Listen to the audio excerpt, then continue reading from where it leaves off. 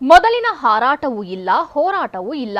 High command notice ಬಳಿಕ Yatnal silent ಆದ್ರೆ ರಾಜ್ಯಾಧ್ಯಕ್ಷ ಸ್ಥಾನದ ಮೇಲೆ ಕಣ್ಣಿಟ್ಟಿದ್ದ ರೆಬೆಲ್ ಬಣ ಗಪ್ಚುಪ್ಪಾಗಿದೆ.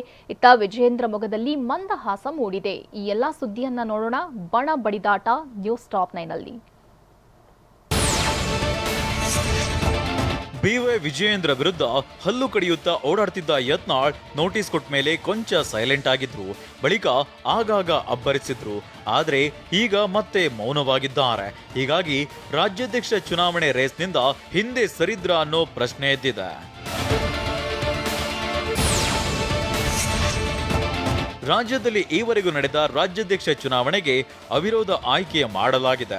37 ಸಂಘಟನಾತ್ಮಕ ಜಿಲ್ಲೆಗಳ ಪೈಕಿ 25 ಜಿಲ್ಲಾ ಅಧ್ಯಕ್ಷರ ಆಯ್ಕೆ ಪೂರ್ಣಗೊಂಡಿದೆ. ಆಯ್ಕೆಯಾದ ಅಷ್ಟು ಜಿಲ್ಲಾಧ್ಯಕ್ಷರು ಬಿವೈಬಿ ಪರ ಮತ ಹಾಕುವ ಸಾಧ್ಯತೆ ಇದೆ. ಉಳಿದ 15 ಜಿಲ್ಲೆಗಳ ಚುನಾವಣೆ ನಡೆಸಲು ಹೈಕಮಾಂಡ್ ಸೂಚನೆ ಕೊಟ್ಟಿದೆ. ಒಂದು ವೇಳೆ ಚುನಾವಣೆ ನಡೆಸಿದ್ರೆ ಬಿವೈಬಿ ಗೆಲ್ಲುವ ಸಾಧ್ಯತೆ ಹೆಚ್ಚು. ಹೀಗಾಗಿ ಯತ್ನಾಳ್ ಬಣ ಚುನಾವಣೆಯಿಂದ ಹಿಂದೆ ಸರಿದಿದೆ ಎನ್ನಲಾಗ್ತಿದೆ. ನಿನ್ನೆ ಯತ್ನಾಳ್ ದಿಢೀರ್ ಮೈಸೂರಿನ ಚಾಮುಂಡಿ ಬೆಟ್ಟಕ್ಕೆ ಹೋಗಿದ್ರು. ಚಾಮುಂಡಿ ತಾಯಿ ಮುಂದೆ ಫೈಲ್ಗಳನ್ನಿಟ್ಟು ವಿಶೇಷ ಪೂಜೆ ಸಲ್ಲಿಸಿದ್ರು. ನಂತರ ಮಾಧ್ಯಮಗಳಿಗೆ ಯಾವುದೇ ರಿಯಾಕ್ಟ್ ಮಾಡದೆ ತೆರಳಿದ್ರು. ಪೂಜೆ ಬಳಿಕ ಯತ್ನಾಳ್ ದೇಗುಲದ ಬಳಿ ಬರುತ್ತಿದ್ದಂತೆ ಅಲ್ಲಿದ್ದ ವಿಜಯೇಂದ್ರ ಪರ ಅಭಿಮಾನಿಗಳು ಜೈ ವಿಜಯೇಂದ್ರ ಅಂತ ಘೋಷಣೆ ಕೂಗಿದ್ರು.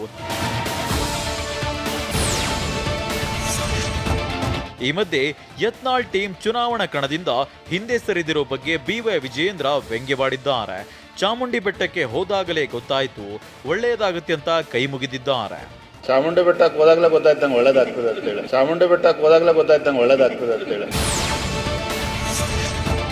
ಇದರ ಜೊತೆಗೆ ಯತ್ನಾಳ್ ಬಣ ಚುನಾವಣಾ ಕಣದಿಂದ ಒಂದು ಹೆಜ್ಜೆ ಹಿಂದಕ್ಕೆ ಇಡಲು ಮತ್ತೊಂದು ಕಾರಣವೂ ಇದೆ ಎನ್ನಲಾಗ್ತಿದೆ. ಯತ್ನಾಳ್ ಟೀಮ್ ಬಗ್ಗೆ ವರಿಷ್ಠರು ಮೌನ ವಹಿಸಿದ ಬಳಿಕ ರಾಜ್ಯದ ತಟಸ್ಥ ನಾಯಕರಿಗೆ ಇದೇನು ವರ್ಕೌಟ್ ಆಗಲ್ಲ ಅನ್ನೋದು ಗೊತ್ತಾಗಿದೆ.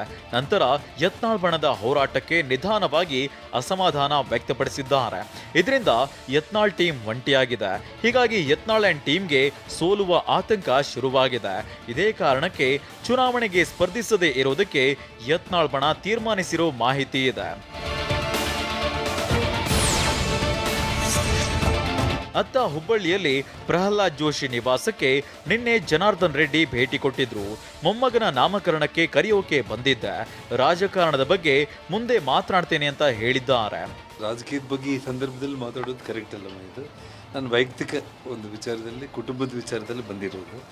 ಹಾಗಾಗಿ ಮುಂದೆ ಆ ಸಂದರ್ಭ ಬಂದರೆ ಮಾತಾಡ್ತೀನಿ. ಯಾವುದೇ ರಾಜಕೀಯ ವಿಚಾರಗಳು ಇಲ್ಲ, ಪಕ್ಷದ ಹಿರಿಯರು ಡೆಲ್ಲಿ ಮಟ್ಟದಲ್ಲಿ ಅವರೇ ಎಲ್ಲದನ್ನು ಕೂಡ ಗಮನಿಸ್ತಾ ಇದ್ದಾರೆ.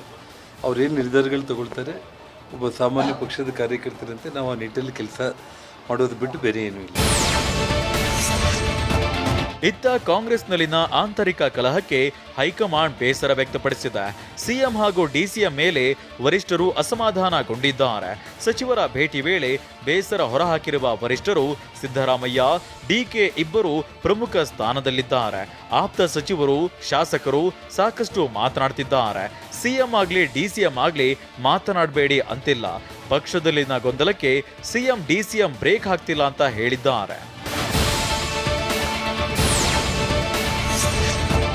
ರಾಜ್ಯ ಕಾಂಗ್ರೆಸ್ ಸರ್ಕಾರದ ಇಮೇಜ್ಗೆ ಧಕ್ಕೆಯಾದ್ರೆ ರಾಜ್ಯದ ನಾಯಕರೇ ಹೊಣೆ ಅಂತ ವರಿಷ್ಠರು ಎಚ್ಚರಿಕೆಯನ್ನ ಕೊಟ್ಟಿದ್ದಾರೆ. 135 ಶಾಸಕರ ಸರ್ಕಾರವಿದ್ರೂ ಗೊಂದಲದ ಗೂಡಾಗಿದೆ. ದೊಡ್ಡ ಸಂಖ್ಯೆಯಲ್ಲಿ ಶಾಸಕರಿದ್ರೂ ಪ್ರಚಾರ ಸಿಗ್ತಿಲ್ಲ. ಆಡಳಿತದ ಬಗ್ಗೆ ಎಲ್ಲೂ ಪ್ರಚಾರವೇ ಸಿಗ್ತಿಲ್ಲ ಅಂತ ನೇರವಾಗಿ ಸಚಿವರ ಮುಂದೆ ಹೈಕಮಾಂಡ್ ಹೇಳಿದೆ.